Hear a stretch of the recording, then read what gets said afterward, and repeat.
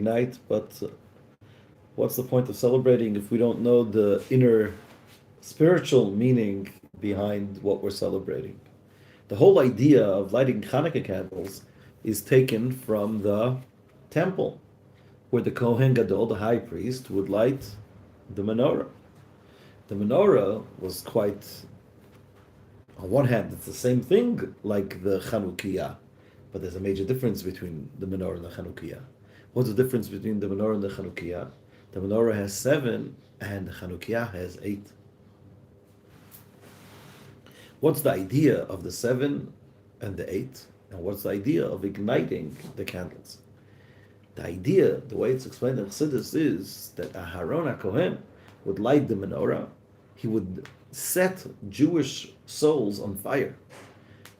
He would get Jews to have a burning, flaming connection to God. Why 7? Because there's 7 different types of Jews. There's 7 different attributes, and by different people, different attributes are more dominant. And even within every one of us, we have 7 attributes.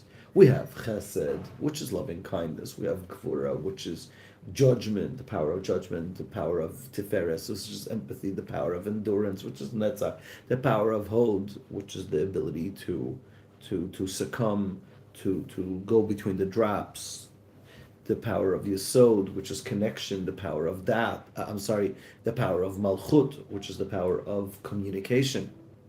Each one of these attributes, we want to set them on fire. We want to make them to have a flaming, we want to have a flaming, blazing, fiery relationship to God. Hanukkah, though, we take the same idea, but we ignite 8. Something that doesn't make any sense according to Kabbalah, because what does 8 signify? 8, the 8th always signifies essence. Anything in Judaism that is connected to 7 is always the completion of existence. 8 always connects to essence. Let's give an example. What is connected to 8? The bris. What's the idea of the bris? The bris is covenant. Beyond, connection, it's a covenant. The essence of the essential connection. Remember, we spoke about it. When do you make a covenant? When do you make a covenant? You make a covenant when? Your bris. No, but when do you make a covenant? When you want to have an essential connection. Remember, we had this whole conversation because if we love each other now, why in the world do we need to make a covenant? Yeah. The reason why we make a covenant is because we know one day we won't necessarily get along, and then we still want to love each other and still be there for each other. So that idea is the idea of a covenant. Sorry. Why will I want to be there for each other even when we don't get along? Is because we have an essential connection, not only an external connection. So what else is connected to 7 or 8 in Judaism? So a bris is connected to 8. What else is connected to 7 or 8? Sheva brachas. Oh, Sheva brachas, 7 days, a week. Anything that is connected to something, again, internal is connected to a week. We get married, so we want to establish that. It's a week. We sit, God forbid, chas v'shalom, no one over here should ever have to go through something like that. But when one of our 7 closest relatives pass away, we have a shiva. What? Shiva for 7 days also. Yeah. Again, nice. Also, the Rebbe's 7 minutes vacation that he had behind his house. I don't know if it's 7. They talked about it yesterday. Yeah, I don't know if it was 7. But the idea of 7, a week is a certain cycle. Going through a week together, it's Sheva brachos. It's very interesting. Just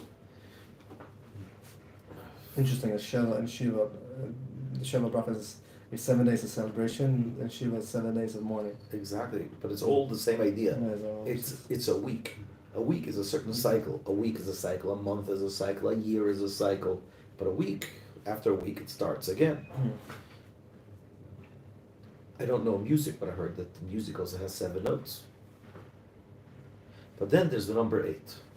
Oh, I'm sorry, another big one, 7. There's 7 weeks with 7 days in each week between Pesach and Shavuos, where the idea is to work on our internal powers.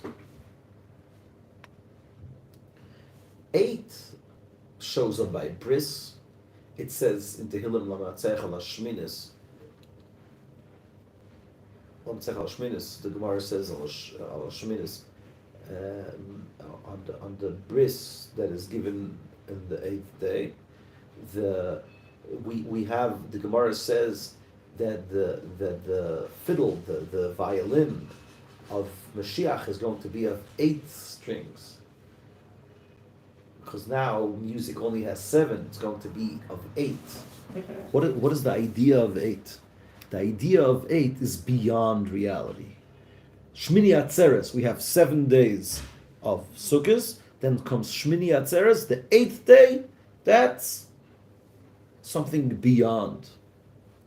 It's, the Gemara says, Regel B'fnei Atzmoi, it's a new holiday. So the whole idea of 8 is essence, not the details of our faculties, but rather our essential connection to God. And that's what we want to ignite on Chanuka.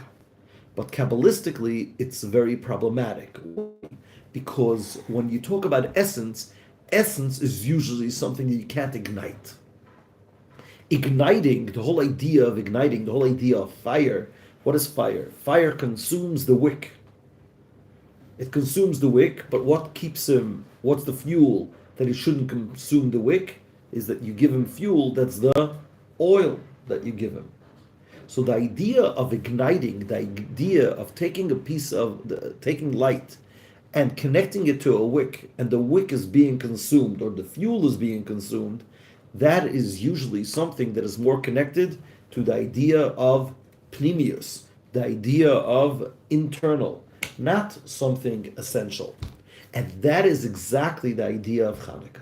The idea of Chanuka is that we're trying to combine 2 ideas over here. The idea of igniting, the idea of getting to the kishkas of it, that it should permeate you. But what should permeate you? Your essential connection to God. That's why it says in the holy books, it says, for example, the Bnei Yissaschar. So it's not a Chabad book, but it was a big Chassid, a Chassidic Rebbe. He says that the light of Hanukkah, that's the light of Mashiach. That's the Oir HaGonos LeTzadikim. It says when God created the world in the beginning, there was light. He saw that the light is too strong for the world. He hid it for tzaddikim. That tzaddikim should have the ability to see. He hid that light for tzaddikim for the world to come. What is that light for the tzaddikim, the world to come? That's the light of Mashiach, and we could feel that light in the Hanukkah candles. So what do we do when we light the Hanukkah candles? We ignite our essence. We build it up, right? We first go 7, and then the 8th day. That's why the 8th day of Hanukkah is the biggest celebration. It's called, what's the name of the 8th day of Hanukkah? Zos Hanukkah.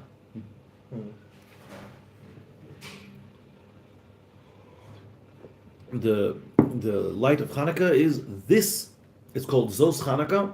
It's the simple reason is because Zos Hanukkah means this is Hanukkah, but it's based on the reading that we read that day in the Torah is Zot Chanukat HaMizbeach, but the real celebration of the 8th day is because of the 8th day we actually tap into the essence, and that's why if anyone that is connected to Chassidus or to spirituality or to Kabbalah doesn't just light and go away. You light the candles and you try to sit there for a half hour.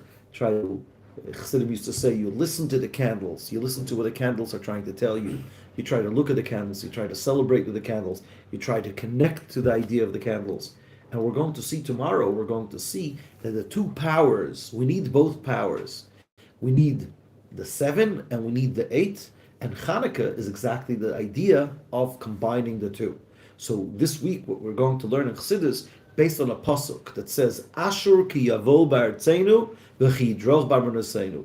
Ashur is Assur, the Assyrians. The Assyrians were big foes to the Jewish people during those days. And the Pasuk says, if Ashur will come into our land, we will, Vakumoinu olav, we will rise against him, Shiva Royim, with the 7 shepherds, Ushmoinim Nesichei Adam, and the 8 princes.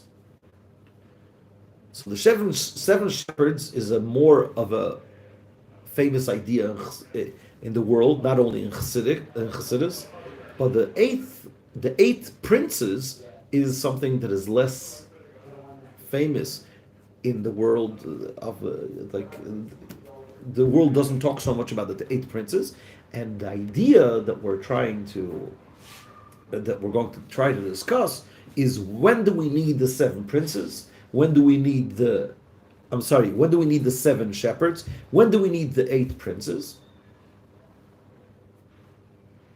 And when you have the 7 shepherds and the 8 princes, that is the way to really fight with the impurity and the Greek culture, to be discussed in later days, how to win the Greek culture, because ultimately it was a war of culture. They didn't try to kill our bodies.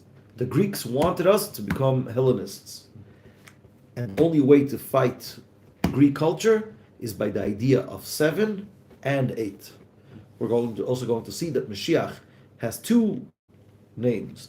He's Rav v'Melech. He's going to be a teacher, and he's also going to be a king, which is the same idea. A teacher is like a shepherd, and a king is like a prince. We're going to see the 7 and 8, the power of 7, the power of 8, and the combination and reconciliation of the 2. And the ultimate reconciliation is going to be when Mashiach is going to come speedily in our days. Amen. That was a short class. Sounds like